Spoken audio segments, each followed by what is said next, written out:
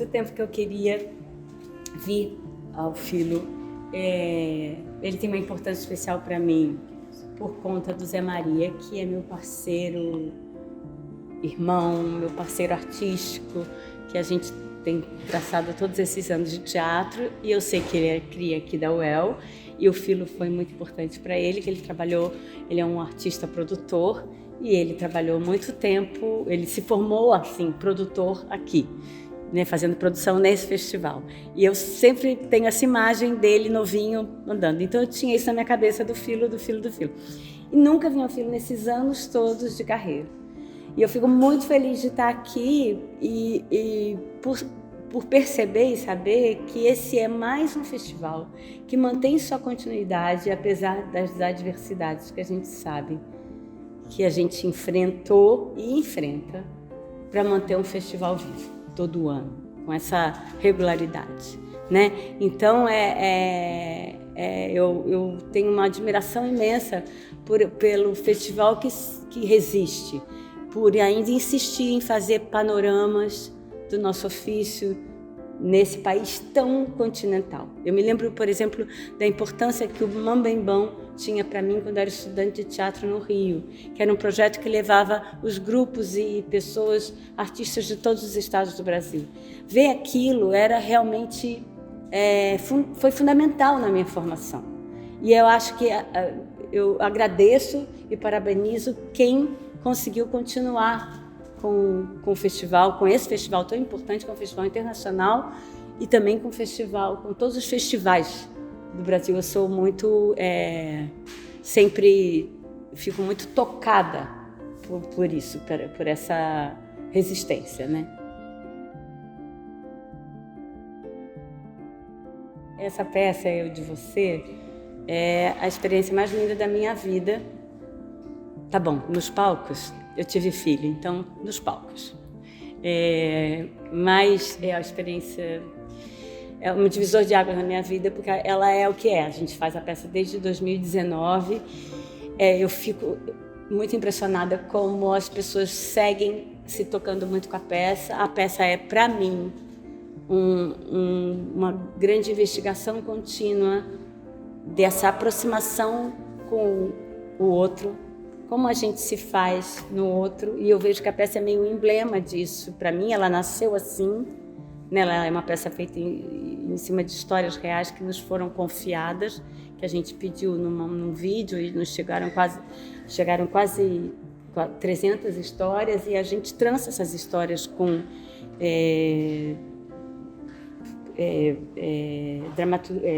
textos da literatura, poesia, música. Tem uma banda incrível em cena, que é a Priscila Brigante na bateria, a Clara Bastos no baixo, que a Clara era uma das orquídeas do Itamar Assunção, a Ana Rodrigues, que é uma pianista incrível no piano, que me faz um trabalho vocal comigo, que me salvou.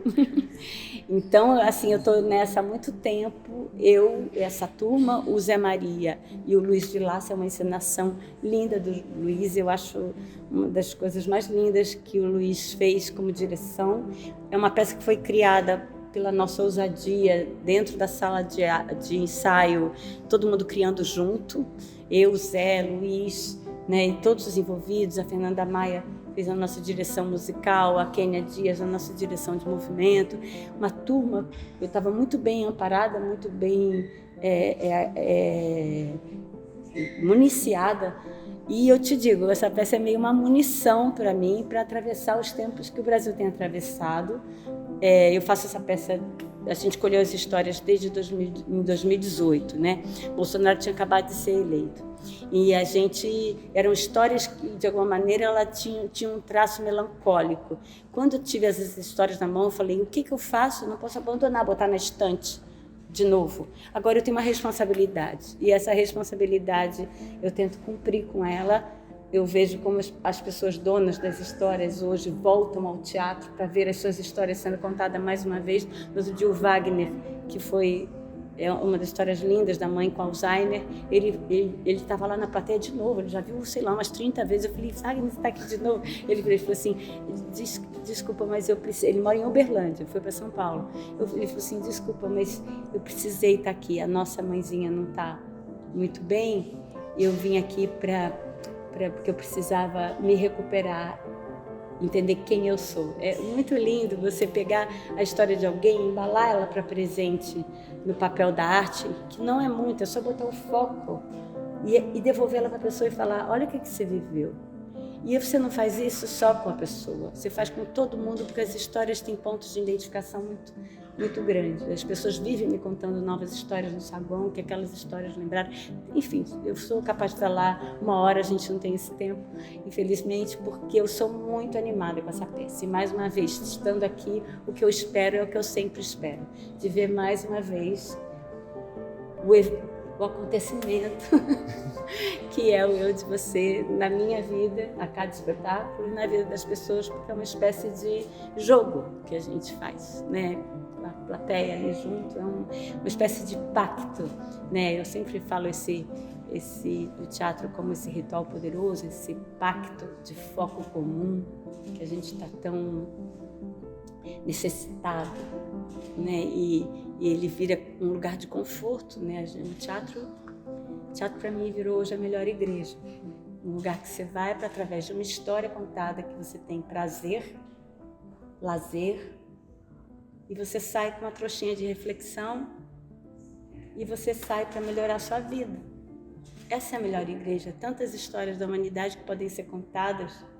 A arte é a melhor igreja, porque ela é a história contada que te diverte, que te faz rir, que te alegra, que te põe num lugar sublime de sonho, e depois você sai dali e você vê como a vida ainda é legal. E você vai ao teatro, vai ao cinema, você lê um bom livro para recuperar o fascínio pela existência.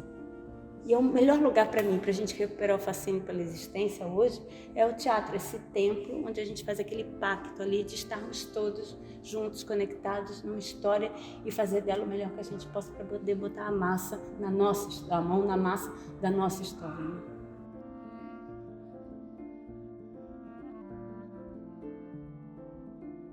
O Eu de Você tenho, como diz, é uma caixinha que tem várias gavetas e fala feminicídio, ok, temos para isso, né? Você fala finitude, temos para isso, né? O Eu de Você criou essa gama, as histórias que a gente escolheu, sei lá, tinha uma mão de Deus na nossa cabeça, uma mão de Deus não é, mas tinha alguma inspiração real, que a escolha das histórias, a gente falava muito isso, o Zé falava muito isso, eu me lembro de eu sentada com o Zé num sofá escolhendo as histórias, e acabaram ficando as histórias que conseguem dizer respeito a todos nós. E tem a história da Karina, que é uma mulher que tinha um abuso, uma relação abusiva, né? Ela não é uma história, graças a Deus, que tem o feminicídio no meio, nem a Karina teria contado, mas é a raiz, você entende a raiz. O que eu acho que para sempre a gente precisa é colocar luz sobre a raiz desse machismo estrutural que muitos homens não percebem e que a gente precisa ajudar eles a perceber com algum afeto, o afeto restante, o afeto entre um grito e outro. Porque eu acho que a gente precisa que um homem que se diga não machista entenda que ele tem atitudes machistas durante o dia. Apesar que pode ser o amigo mais legal que você tenha, eles não veem. E você precisa, e você que já percebeu o homem, isso que eu falo, os homens, a gente precisa que os homens consigam falar na mesa de cerveja para o seu parça. Se eu te falar, você não pode falar isso mais, você entendeu? Porque entendeu que aqui tem isso aqui, levado a um expoente X, ele mata uma pessoa, né? Então a gente está numa escola, porque deu ruim. Vamos combinar, Fernanda? Deu ruim. E a gente agora precisa uns dos outros. Quando você faz uma peça como a gente faz aqui, você fala, nossa, mas o que é o poder da peça? O poder é criar poros, né? Sensibilizar. E eu acho que, em relação à temática do festival, a nossa história, como outras tantas histórias, até insuspeitas, que nem vão falar exatamente de feminicídio, o feminicídio está ali. Ele está ali em raiz. Aí o cara fala, mas eu nunca seria capaz de matar uma mulher.